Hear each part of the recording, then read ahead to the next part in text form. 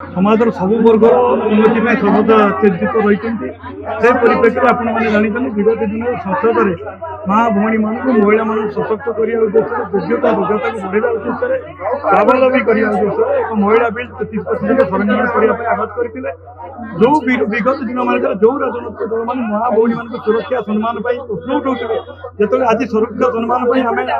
सुजोग दि जाऊँगी समस्त राजनैतिक दल जो मैंने माँ भौणी मान विरोधी ये महिला जातिर विरोधी से आज आसवाई आज बाधक साधि तेणु ताकू आम विरोध कर भारतीय जनता पार्टी सारा भारत वर्ष में आम विरोध करुचे से परिप्रेक्षी आज केन्दुझर जिलार देवगाँ मंडल निर्वाचन परिप्रेक्षी आगामी दिन आम महिला विरोध जो बिल आसी समावेश माध्यम समस्त माँ भौणी मान सचेतन करूँ प्रकृत में भारतीय जनता पार्टी माँ भौणी मान आज सुरक्षा देवाई माँ भौणी मान 33%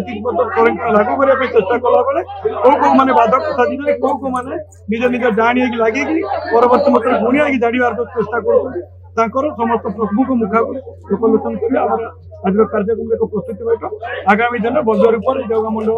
महिला समावेश कर जिलार नेतृत्व राज्यर नेतृत्व स्थानीय नेतृत्व एक प्रस्तुति बैठक अनुष्ठित हो देवगाँ मंडल जो महिला